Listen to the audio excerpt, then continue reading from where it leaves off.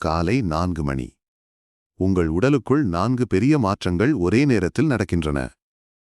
முதலாவது, ஹார்மோன் மாற்றம்.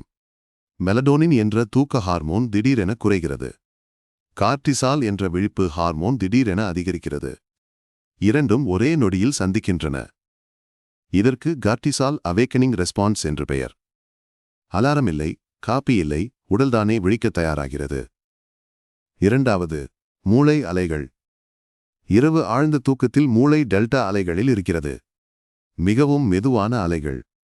காலை 4 மணிக்கு மூளை தானாக ஆல்பா நிலைக்கு மாறுகிறது. ஆல்பா நிலை தூக்கத்திற்கும் விழிப்புக்கும் இடையில். தியானிகள் மணிக்கணக்கில் பயிற்சி செய்து அடையும் நிலை. காலை 4 மணிக்கு உங்கள் மூளைதானே அங்கே இருக்கிறது இலவசமாக. மூன்றாவது, உடல் வெப்பநிலை. 24 மணி நேரத்தில் உங்கள் உடலின் வெப்பநிலை ஏறி இறங்குகிறது. மிக குறைந்த நிலை எப்போது? காலை 4 மணி. உடல் குளிர்ச்சியாக இருக்கும்போது மூளை கூர்மையாக வேலை செய்கிறது. அதனால்தான் குளிர்ந்த அறையில் படிப்பது எளிது. அதனால்தான் காலை 4 மணி மிகச் சிறந்த நேரம். நான்காவது, நோபல் பரிசு கடிகாரம்.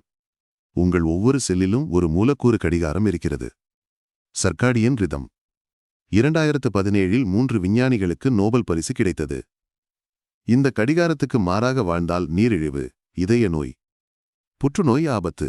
இது கருத்து அல்ல, நோபல் பரிசு பெற்ற ஆராய்ச்சி.